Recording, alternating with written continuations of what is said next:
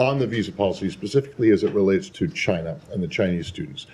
The statement that came out last night was, it wasn't very specific, shall we say, about what affiliations with the Chinese Communist Party and what critical areas of study would be applicants for visas under those would be, would be subjected to more scrutiny.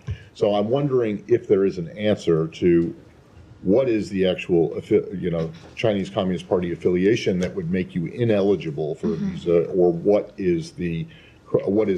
are examples of the critical areas in which we'll be subject to?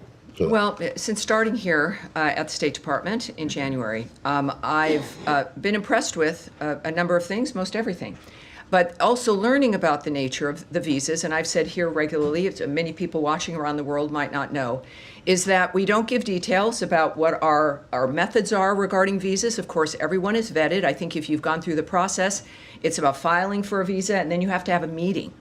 And you do it in your home country, your consulate, your embassy.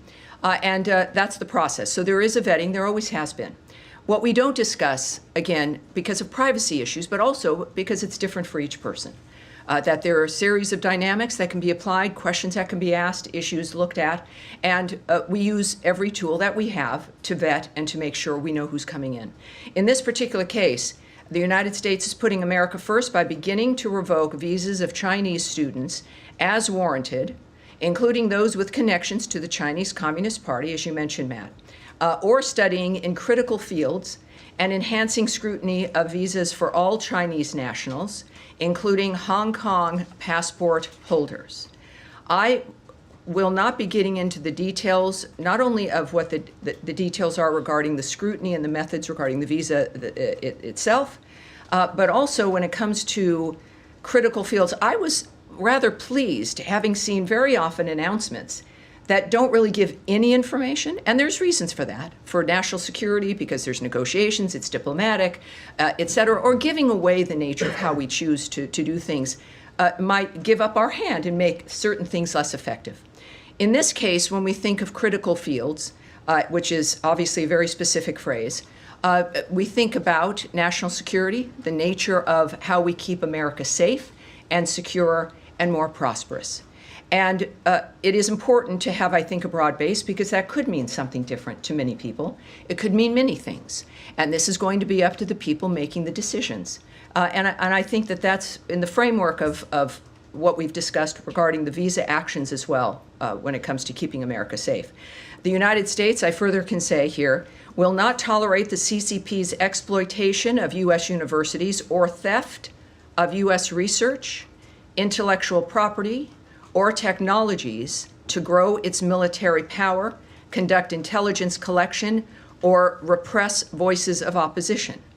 The Trump administration is focused on protecting our nation and our citizens by upholding our national security and public safety through our visa process, obviously very openly and transparently applied by Secretary Marco Rubio. Every visa adjudication is a national security decision, every single one of them. Every prospective traveler to the United States undergoes interagency security vetting. Prohibiting entry to the United States by those who might pose a threat to U.S. national security or public safety is key to protecting U.S. citizens at home. So we've experienced this through these last several weeks. It is something that is at the heart and really at the front line of protecting the country. And we're taking it seriously, and we're being open about the nature of what's happening in this particular instance. So could I just ask that last bit that you just said, which was not in the statement last night, and is a little bit more specific about? About the nature of the theft of certain things. Yes. Well, we again, and as reporters here all and curious people, you know the nature of what China has been doing about with technology, right? Stealing information, intellectual property, U.S. research, copyrights, et cetera.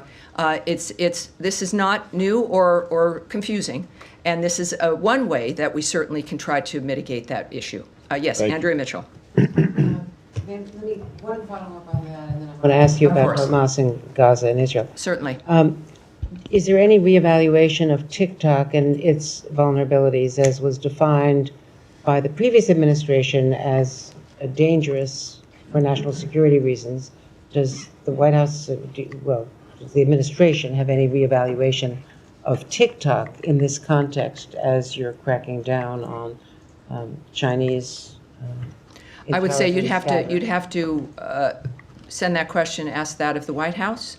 What we do know, though, of course, is that we're serious about Chinese intervention here, if you will, the nature of what's driving, of course, this new visa vetting dynamic. But for that specifically, I know the president has spoke on it. You'll need to ask the White House. And let me ask you about the Yes. possibility of a tentative acceptance by Israel of a ceasefire. Let me come back to you on that. I think many of you also have the visa questions, correct? Are we dealing, let's stick with visas because there's many different issues at hand, not just this one regarding China. So European Daphne. issue as well? Yeah, we'll get to Gaza after that, yes. Thank you. There are hundreds of thousands of Chinese students currently in the U.S. What proportion does the State Department expect will face visa revocations? Oh, I can't answer that at all. I mean, one of the things we also, even if I was inclined to want to answer, is we're not going to speculate on where this would go. A lot of this clearly is, perhaps has not been done before as we look at this dynamic and make a determination of exactly what's been happening in this country.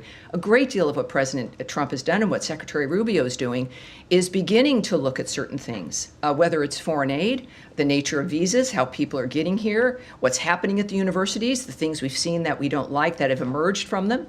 But I certainly would not hazard to suggest that the numbers matter. What the story is here is that the issue of being serious about safety for the country matters, and we're going to look at that at every single front.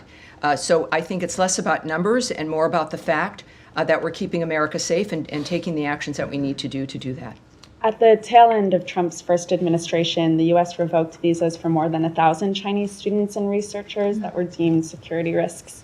Should we expect the actions that Secretary Rubio announced yesterday to exceed those first-term measures? You love the numbers. She loves the numbers, Daphne from Reuters.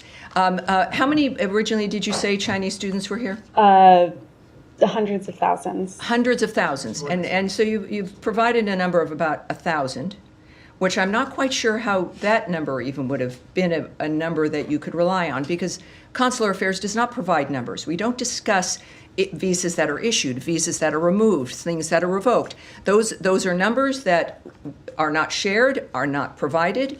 And I would suggest using caution if someone has given you a number like that.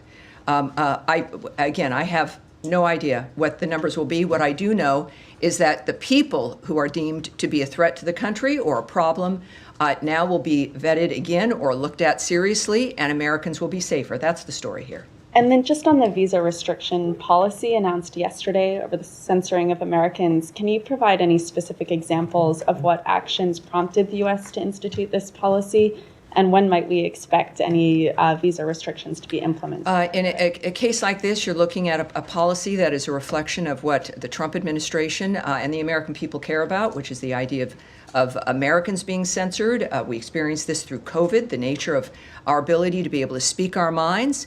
And while I won't give you or can give you or would give you specifics about how this particular restriction would be approached, which is not done in a blanket way, right? That there's individuals who are flagged or who are seen as being a participant in some aspect of the censorship of Americans.